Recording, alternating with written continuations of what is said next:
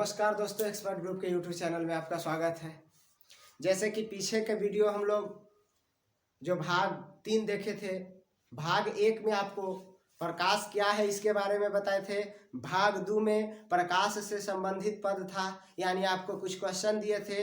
भाग 3 में आपको हमने ये मौसा से आप परिचय करवाया था। मौसा हमारे आ गए थे, सब चीज़ हो गया था। मौसा कुछ नियम छोड़ कर गए थे, उन नियमों के बारे में हम लोग अध्ययन नहीं कर पाए थे। तो अब हम लोग वो नियम के बारे में अध्ययन कर लेंगे कि प्रकाश के परावर्तन जब घटित होता है तो घटित होने के बाद कितने नियमों का प्रतिपादन होता है या कितने नियम मिलते हैं। तो जनरली याद रखेंगे हम लोग कि जब भी मौसा आते हैं 2 गो छाप छोड़ के जाते हैं। जब भी मौसा आते हैं 2 छाप छोड़ के जाते हैं, यानी 2 नियमों का प्रतिपादन होता है। जब भी प्रकाश के परावर्तन की घटना घटित होता है तो वहाँ 2 नियम प्रतिपादित होते हैं या 2 नियम हम लोगों को मिलता है। 2 नियम हमें ज्ञात होता है। सबसे पहला नियम क्या मिलता है तो हम लोग लिख लेंगे कि प्रकाश के परावर्तन के नियम। लिखेंगे कि प्रकाश के परावर्तन के मुख्यतः 2 नियम हैं।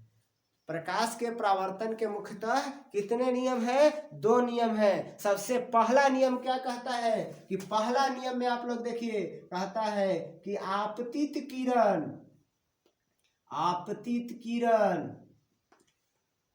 परावर्तित किरण एवं आपतन बिंदु पर डाला गया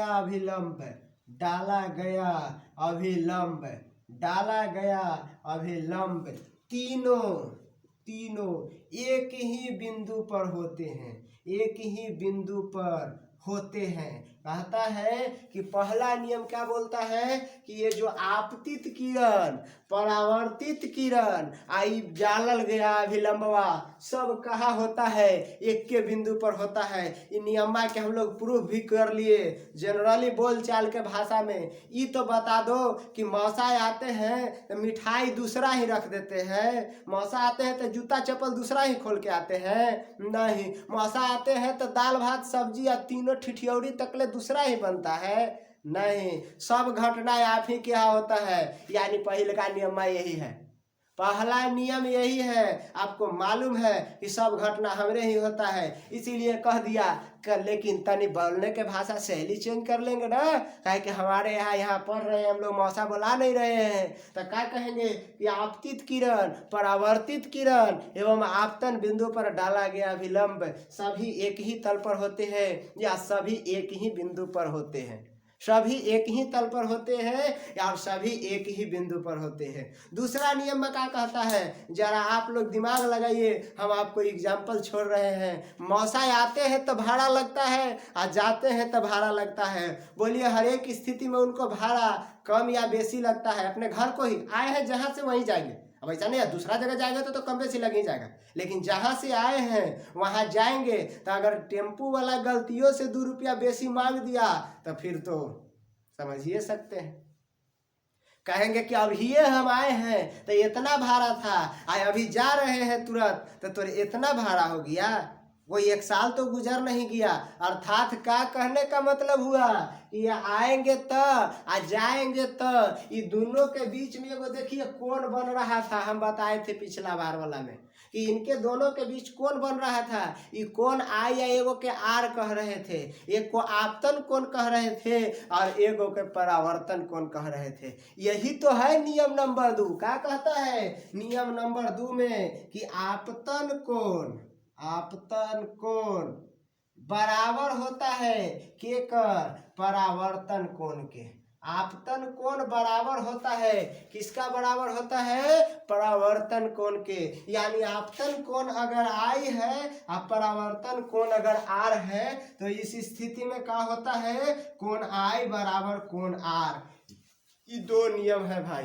पहला कि आप सभी घटनाएं एक ही बिंदु पर होंगे, यानी आपतित किरण, परावर्तित किरण और आपतन बिंदु पर डाला गया अभिलंब सभी एक ही तल पर होते हैं या एक ही बिंदु पर होते हैं। दूसरा क्या कहता है कि आपतन कोण यानी कोण आई कोण आर के बराबर होते हैं। कोण आई जो होते हैं वो कोण आर के बराबर होते हैं। इसमें हम लोग आपतन कोण कहते हैं और इसे परावर्तन कोण कहते हैं। यानी आई और आर दोनों एक दूसरे के बराबर होते हैं। ये दो नियम होते हैं प्रकाश के परावर्तन के। मौसा आते तो दो काम करके जाते हैं। पहला सब घटना सिखा देते हैं कि तोरे ही करके जा रहे हैं।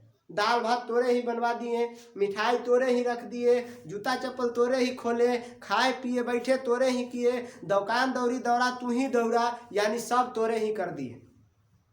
यानी आपतन कोण आपतित किरण, परावर्तित किरण और आपतन बिंदु पर डाला गया विलंब सब एक ही बिंदु पर होते हैं।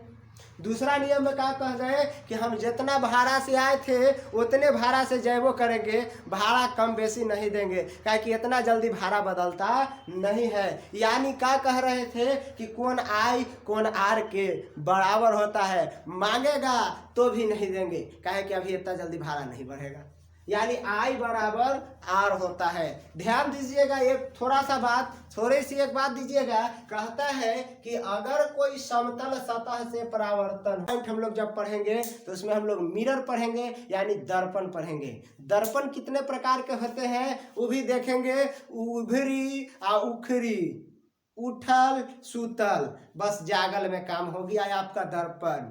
उठे सूते जागे दर्पण खत्म। तो ये तीन स्थिति में आपको हम दर्पण भी दिखाएंगे अगले वीडियो में। अगला वीडियो में हम आपको मिलते हैं दर्पण के साथ। और दर्पण से परावर्तन उत्तल और अवतल और समतल सभी से करेंगे। इसके अलावे किरण आरेख भी हम लोग करेंगे कि कहाँ किरण आरेख किस तरह किस बिंदु पर वस्तु रहेगा तो उसका प्रतिबिंब कहाँ बनेगा, किस बिंदु पर रहेगा तो उसका प्रतिबिंब कहाँ बनेगा। यानी किरण आरेख से भी हम लोग परिचित होंगे अगला वीडियो में। चल फिर मिलते हैं आपको हम।